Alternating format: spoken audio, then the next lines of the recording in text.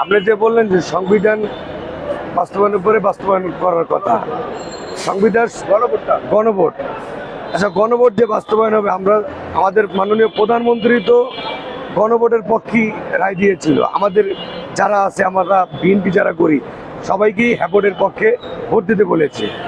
এখন আমি যে প্রধানমন্ত্রী যে বাস্তবায়ন করবে, কোন হিসাবে করবে, সে তো বাস্তবায়নের পক্ষেই আছে। একটি গোষ্ঠী বলেছিল যে জুলাই যোদ্ধাদের মাসিক সম্মানী ভাতা বন্ধ হয়ে যাবে। আজও কি মাসিক সম্মানী ভাতা বন্ধ হয়েছে? বন্ধ হয়নি। জুলাই যোদ্ধাদের সুচিকিৎসা বন্ধ হয়ে যাবে। আজও কি সুচিকিৎসা বন্ধ হয়েছে? বন্ধ হয়নি। আমরা যারা এই যে গণ অভ্যুত্থানে যারা সম্মুখ সারির যোদ্ধা ছিলাম, আমরা অনেকেই ছিলাম।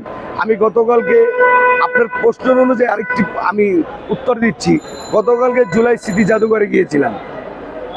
সেই জাদুঘরে গিয়ে দেখলাম একটি গোষ্ঠীর এজেন্ট বাস্তবায়ন হয়েছে।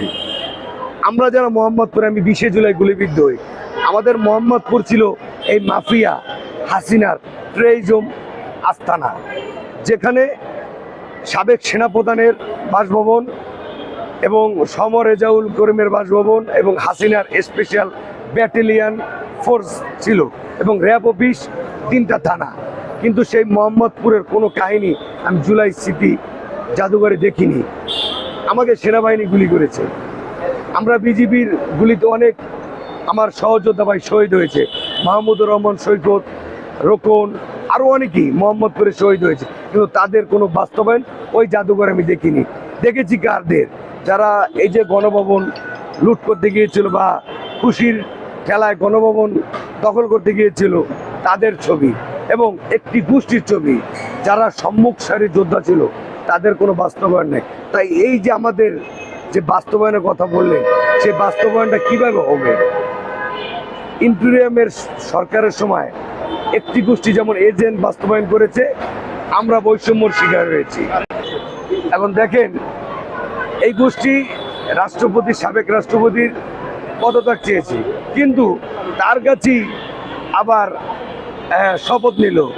একটি কথা আছে বাংলার প্রবাদে, যেমন আপনি আমাকে দাওয়াত দিলেন, দাওয়াত দিয়ে পোলাও, কোরমা, বিরিয়ানি সব খাওয়ালেন, খাওয়ানোর পরে আমাকে বললেন কি, ভাই তুই আর আমার বাসায় আসিস না।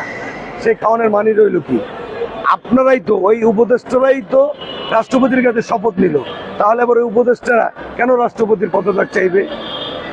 এটা হলো আমার প্রশ্ন আপনাদের কাছে, তাদের কাছ থেকে উত্তর নেবেন। এই যে উপদেষ্টারা যে ছিল, তারা এই যে 24-এর গণঅভ্যুত্থান আন্দোলন, হাসিনা পলায়নের পরে, তারা আমরা যারা প্রকৃত জুলাই যোদ্ধা রাজপথের ত্যাগ, শ্রম, আন্দোলন করেছি, আমাদের কি কোনো খোঁজ নিয়েছে?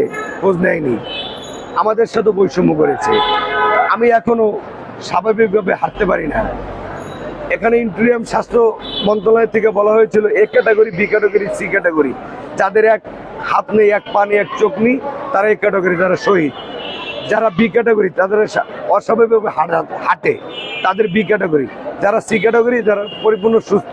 কিন্তু আমাকে দেখেন, আমি পা দিয়ে ঠিকমতো হাঁটতে পারি না, ভারী কাজ করতে পারি না, আমাকে সি ক্যাটাগরি দিয়েছে। কেন জানেন? আমি বাংলাদেশ জাতীয়তাবাদী দল করি, আমি বিএনপির একজন ক্ষুদ্র কর্মী, এই জন্য তারা দিয়েছে। কারণ আমি তো তাদের এজেন্ট বাস্তবায়ন চাইনি। আমি চেয়েছি এই বাংলাদেশ সুসংগঠিত করতে, জনগণকে নিয়ে একই কাতারে আমরা থাকতে। আমরা যারা মোহাম্মদপুরের সম্মুখ সারির যোদ্ধা ছিলাম, আমাদের অতি দ্রুত আমি মাননীয় প্রধানমন্ত্রীর কাছে দৃষ্টি আকর্ষণ করব যে আমাদের মোহাম্মদপুরের যারা শহীদ হয়েছে, যারা আহত হয়েছে, তাদের স্মৃতি এই জাদুঘরে রাখো এবং বাংলাদেশে যত জুলাই যোদ্ধা আছে, আহত যোদ্ধা এবং শহীদ, তাদের প্রত্যেকের নাম অনুসারে জুলাই স্মৃতিতে তাদের স্মৃতি রাখা হোক।